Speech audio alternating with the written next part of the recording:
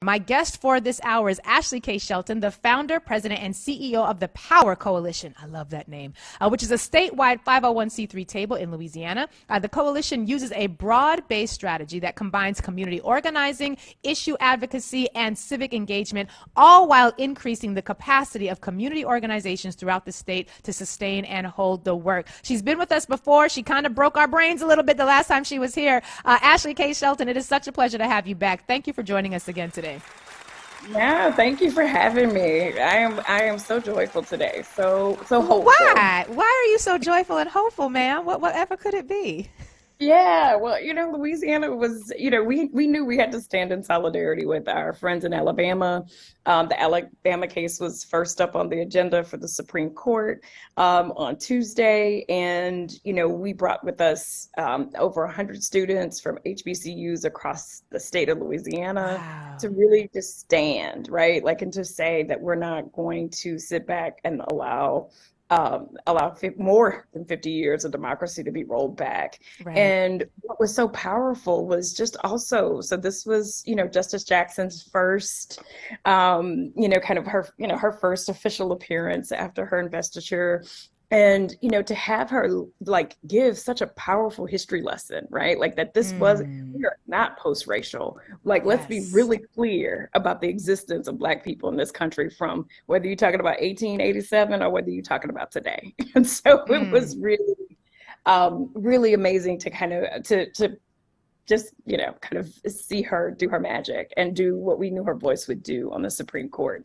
Yeah. And then I think what also was powerful was to see how racism really doesn't have a case, right? And so when they bring these cases and they make their way to the Supreme Court, I mean, it was really sad. I mean, at some point, Supreme Court Justice Alito was trying to help out the Alabama, state side about why would it okay for them to be racist. And I mean, and not that he was helping them out to make that argument, but he was trying to help them out in the sense that you can't say that. You can't. You cannot actually. Don't let the cat out the bag. You can't say that. Exactly. That's illegal. Don't say that. So it was just a powerful day. And I think that, what I walked away from that, yesterday feeling hopeful, because even though, there was nothing that was said in these oral arguments that leads me to believe that this, Section 2 of the Voting Rights is, will be gutted. Right. Or, worst case, narrowed, but there was nothing powerful about the defense that they put up against the claims of Evan Milligan and so many other plaintiffs in Alabama. And so just powerful day.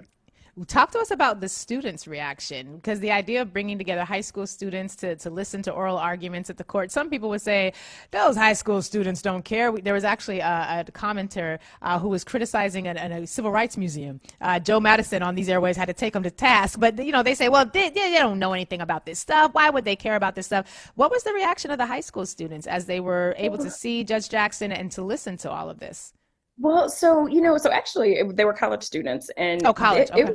Yes, it was powerful. And so actually, because the court only has 200 seats available and lawyers get, first dibs and all the things, right? Yeah. So many of the advocates and, organizers of, that worked at Alabama, went into the court, but there was also a rally. And so we had the majority of the students at the rally, even though some did make it into the courtroom. Nice. The power of it was that, no, they get it. And there is no movement in this country that has happened without the voice and the power of student voices, not one. And so if you look back to the civil rights movement, you look at any movement, and young people have been key and central and powerful, advocates in these moments. And I think that it is reconnecting people to their agency as both voters and to their voice, and that it actually does matter. It's not going into the abyss.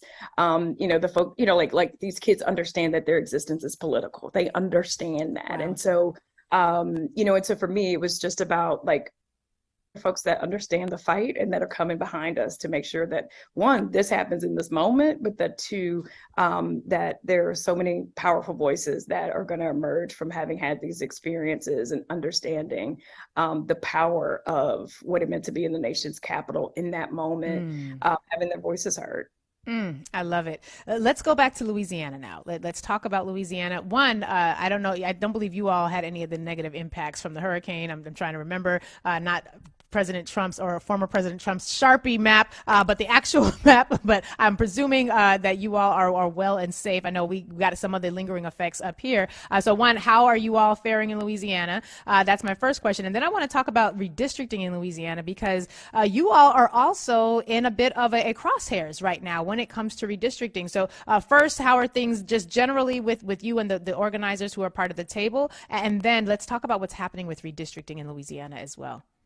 Sure. So we actually were not in the path of the storm, and I'm very grateful, that we were spared. But also never want this. We don't want any storm to hit anywhere, because right. I think that what we learn every time is that like government is broken and it's not prepared to make people whole on the other sides of this. And and I am proud to say that that I am a part of some national, efforts, Organizing Resilience and others, to actually try to change and make adjustments both to the Stafford Act, but also to which also the Stafford Act drives all of the disaster recovery. And so it's rigid. We need to fix some of those things. And then we also need to fix some of the, disaster CDBG dollars and how those actually flow to community and not into disaster capitalism. And so just know that it's, it is, it's painful to watch, but there are those of us that do this all the time that are fighting like hell to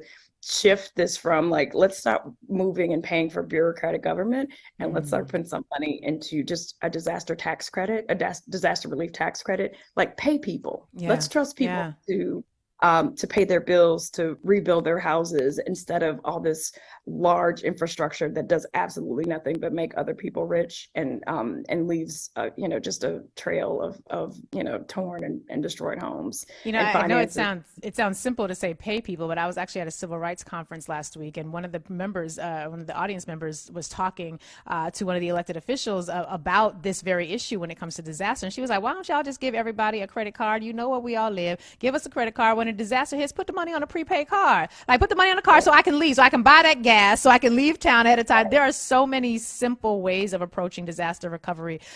So yeah, paying people sounds simplistic, but if I'm waiting for my check before I can leave and the check comes after the hurricane comes, if you'd have just given me the money ahead of time, government, I could do that. I could take care of myself. It's good to know that people are fighting for these things and advocating common sense issues. And this is also disaster recovery and all of the recovery from the traumas that our experience face is also a function of redistricting and how you get access to those resources. Talk about what's happening in the state of Louisiana with the state of redistricting and what the implications are there. So, in Louisiana, we were hours away from having a second majority minority seat. And so the middle district, Judge Shelley Dick, was, we were set to go to court, early the next morning. And, Justice Alito, he stayed our case until the Alabama case was decided. And so what that meant was that we had to make sure to support and have voice within the Alabama case, because if Louisiana, because if they were to use the Alabama case to then gut it, and then the Louisiana case, the North Carolina case, it has implications for Black people all over the country. That's period. Right. That's right. Congresswoman Sheila Jackson Lee out of Texas, beautiful speech on the steps about how her for a minute during redistricting, she didn't even have a district. They written her out of her district. And also too about the power of Section 5 and the necessity not only for Section 2 but for Section 5. And so the Louisiana case has been stayed, and so our case, but they weren't combined. And so what that means is that we still have a chance for our case will be heard on its own merits. Good. And so now that the Alabama case has been heard, there will be, their decision will probably drop in the, late spring of 2023. And again, given the oral arguments, I don't feel like there's anything that could be devastating to vote, to what's left of the Voting Rights Act. Right. So we are just unless they just decide to go whole white supremacist and just say, forget it. We've got the numbers. Right. We've just decided. Right. We're They done. ignore all legal precedents. I mean, and again, Right. like clearly the moment where that's happening. But I do feel like one of the many things that's amazing about Supreme Court Justice Ketanji Brown Jackson is that she is a consensus builder. And so I'm so hopeful that she will be able to work with her colleagues to be able to hold the line on why Black people still need protection under the law to make sure that they don't become second class citizens. And so the Louisiana case, it will be coming up next. And so we're not sure in terms of the timeline, like what it means specifically for Louisiana, but the fact that what law still stands following their opinion in the spring of 2023. Again, I keep walking in my faith and my reality that nobody thought Louisiana or Alabama or North Carolina would get here, and we are all here with a beautiful, powerful record that was built by the people of our states, that were built by community and organizers, and we are here in this moment, and we are fighting, and so so it is my hope that the next time I talk to you, I'm talking about what's the steps for implementing our second majority minority district. And we are already doing work in that which is Congressional District 5, depending on how you want to draw the maps. But in most of the models, right, like we know that Congressional District 5 is the most poised to be the second majority minority district. And so even as we are in midterms right now, we are tilling the soil, we are working in community, we are, building relationships so that we are ready to actually ensure that once this district is established in Louisiana, that we can actually elect a candidate of choice. And so, again, I'm hopeful. I am, there's lots of work to be done, but in terms of the Louisiana case, Alabama sets us up to actually be, have an opportunity to be fairly heard. You've mentioned a few phrases that I want to make sure the audience is clear about, because my goal, if I do my job right on these airwaves, this will be the last redistricting cycle where our audience is kind of fuzzy on it, right? This will be the last conversation. It'll be the last redistricting cycle where Black people who listen to Urban View are kind of like, I'm not redistricting, I'm tuning out. When you say majority minority district, what is a majority minority district, and why is that so important for voters in your state? Yes, so majority minority district is a district that at a minimum has 51% or more African Americans, African American voting age population, so that again, those African Americans in that district can elect a candidate of choice. And let me tell you why it's powerful and why it matters. If you look at the current delegation in Louisiana, we have one majority minority seat that is led by Congressman Troy Carter. So when you look at every vote that matters to Black people, he was the only one that voted for the infrastructure bill. So we're the second poorest state in the country. And I don't know if you've ever driven on the street in New Orleans. We need more infrastructure than anybody. It's absurd that, our delegation would not support that. It matters because when you go back and look at all the votes, right, over the last year, our delegation voted against everything that was in the interest of Black people, actually in the interest of many of their own constituents, Black and white people. But the reality is that, having another Black voice or a candidate of choice that doesn't even have to be Black, right? But a candidate of choosing that will do the work of and fulfill the need and vote in the ways that it matters to Black and brown communities is powerful. And so even in our organizing work, all of the people that have, thousands of people have participated in this process.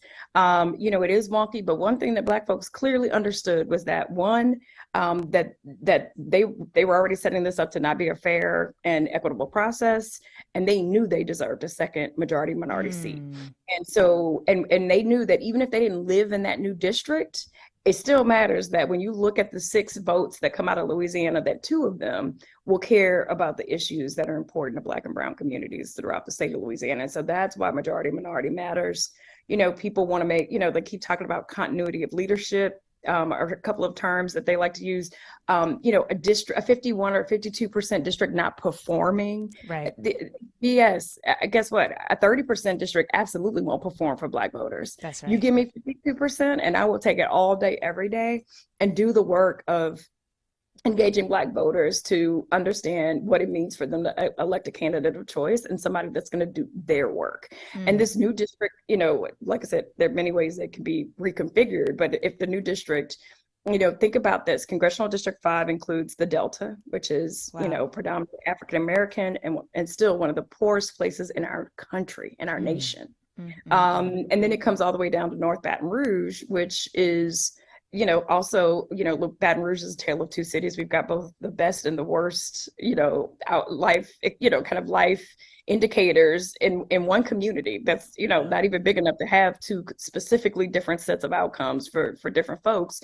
But North Baton Rouge, of course, is African American. And so being able to prioritize within a district two large communities of Black folks that have been afterthoughts in the districts that they currently fall in. And so that's why it matters. That's why it's so, powerful, because this is about who gets money. This is about who gets prioritized. That's right. This is about who, who is being centered in the decision making. This also too, here's the other thing. We've seen so many votes come down to two votes, 3 votes. That's right. And so when you have another majority minority seat, that's one more vote, in hope, right? And just right. That will be supporting legislation that matters to Black folks. The one other thing I'll tell, folks, that this is another thing that's super important, redistricting, the John Lewis, voting rights legislation that he, put forth before he died, is so powerful and necessary. And so one of the things is no matter what the Supreme Court does, right? That's right. The only answer to it is Congress. And so we may not be able to get exactly where we want to get with this current body that gets elected in these midterms in November. But to me, my goal is to work with everybody in this country to say, like, hey guys, whoever the next body is in 2024, if you are not willing to codify the John Lewis voting rights legislation into law, like that's my only question for you, right? Like this is about codifying things into law so that I'm not fighting this for the rest of my life, right? Like so that that all the people that fought and died in the civil rights movement, we're here, 56, 7 years later, having the exact same conversation, That's right. With a pretend narrative that we're post-racial. And it's like, no, we're more racially polarized than we've ever been. And also the hopelessness in our communities has grown and been felt more deeply than it ever has been, given the impacts of COVID and so many other things. And and the disparate, the ridiculousness to me of how we're going to talk about the high crime, but we will never address the fact that like Black folks lost the most in COVID, the most jobs, Black women specifically, also all the ARPA money that came down from the federal government to make people whole just went to fill holes in city and state budgets. It never went to the people. That's right. And even as we are fighting, because that second tranche is coming down or has come down, and we're fighting at the local and the state level to try to push as much of that to community as possible, the realities is that there's a narrative that we have high crime, but not a narrative that we have totally forsaken the people of this country, because it's not just Black folks, it's white folks too. And we have to do the work of reprioritizing and understanding that it's okay to give people money. We did it with PPP, did it with the child tax credit, and we have to stop pretending that business is a person or the only people that matter, right? Like people actually matter. And I was just like, and when we're hurting, like we're gonna do what's right for our families. Like I don't think people are, and again, it doesn't even matter what people do with the money. Like we have to stop legislating how people move, live, think, and the decisions they make. They will bear the fruit of those decisions regardless of what they are, right? And so for me, that's there's so much on the line, and there's both power on the line, which is the name of the Alabama campaign, and I think it's so perfect because that when you think about redistricting, that's all you have to think about. Power is on the line. Power is in the lines, and you better make sure you're in a district where the lines allow you to elect candidates of choice at every level of government, because the closer the office is to where you live, so your mayor, your city council members, your school board members, they're more directly impacting your life more than, it used to not be that the federal government would be so painfully impacting our lives, but the further you get away from where your zip code is in terms of elected officials, like the less that, the less some of those things impact you. And so you got to care both at the local level and at the, state and federal levels of government, because these lines will determine whether or not you have voice and power or not. And there were lines that we're stuck with until the next cycle. So this is a 10-year effort at least. We had a situation in New York City with our redistricting commission, and one of the lines of argument in one of the maps that they had put out suggested that Staten Island should have 3 wholly contained districts. Now, if you know New York City, you know that one, Staten Island doesn't have the population to sustain 3 districts on its own. Staten Island is also one of the widest portions of New York City. They have some of the most exclusionary policies, which make it very difficult for non-white people to get established there. And so, the concern we had as advocates was, wait a minute, you're going to have one of the least populated portions of the city get an extra district, 3 districts with just for themselves, which basically rewards them for being exclusionary, rewards them for not having housing policies that are accommodating to people from different communities. And, their advocates had to push back against that. And thankfully, I'm keeping hope alive. And the maps ain't adopted yet. They haven't been sent over to the city council as yet. But when you say the power is in the lines, that really matters, because that extra seat for this community that doesn't deserve it based on population nor their participatory engagement with the rest of these, who are the least of these, really does help to either entrench further racial stratification of power or help to determine with equitably drawn lines whether or not we all get equitable access. One of the things that you mentioned was that the advocates built a record. You said we have this beautiful record that, and for those of you following along, the legal record is all the Supreme Court can really look to. They're not going to bring in a whole bunch of witnesses. They're not going to have Mr. Milligan come in and talk about, his experience as an organizer. All they're looking at is the legal record, the court record that is in front of them. Talk with us about what it means for people on the ground in Louisiana to play a role in helping to shape what these cases actually look like, particularly through the vein of how you all are approaching it with the Power Coalition. Yes, no, I mean, I think that it's, I think it's the magic, right? Like, that's what's so powerful about it is that, like, I think a couple of things. One is that nobody wanted to tell the organizing story that was redistricting in Louisiana or many states where there was lots of community action and voice. But that's okay. You don't, because guess what? The legal record tells the story, because we had unprecedented historic participation in redistricting in the state of Louisiana.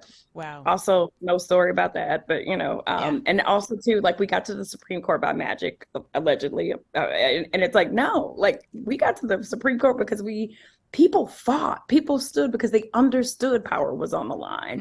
And so what it means for us is that this record that starts from the listening sessions that the Louisiana State Legislature held, where we were able to train thousands of citizens to participate and have their voices heard in that process, all the way through the redistricting session, where we started the first 2 days with over 250 citizens from across the state who testified. Wow. One young woman, Marissa, who's now the student president at Dillard University, gave one of the most powerful speeches where she said, and this is on the record in our case, she said, "I have no hope for the state of Louisiana.